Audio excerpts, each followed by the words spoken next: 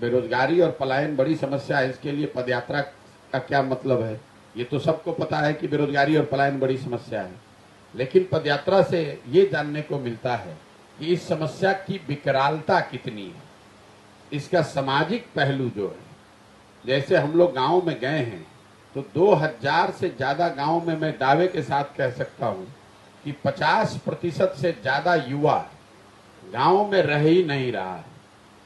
गांव में जब हम लोग जा रहे हैं तो सिर्फ बूढ़े, बच्चे और महिलाएं मिलती हैं। ज्यादातर युवा, चाहे वो पढ़ाई के लिए हो, रोजगार के लिए हो, मजदूरी के लिए हो, वो बाहर ही चले गए हैं। दूसरी जो पलायन को लेकर हम लोग ऐसा समझते हैं कि ये गरीबों की समस्या है, गरीब लोग यहाँ से मजदूरी करने जाते हैं, ऐसी बात नहीं। पलायन गरीबों के लिए तो बड़ी समस्या है ही, लेकिन ये मध्यम वर्गीय और समृद्ध परिवारों के लिए भी बड़ा विषय है। इसलिए कि अगर आप मध्यम वर्गीय या समृद्ध परिवार के हैं तो भी आपके बच्चों को पढ़ने के लिए और नौकरी के लिए यहाँ बिहार से बाहर ही जाना है।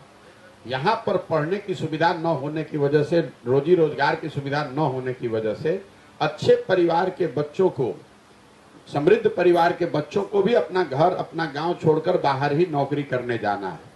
तो पलायन सिर्फ गरीबों की समस्या नहीं है, ये मध्यम वर्गीय और समृद्ध परिवारों की भी समस्या है।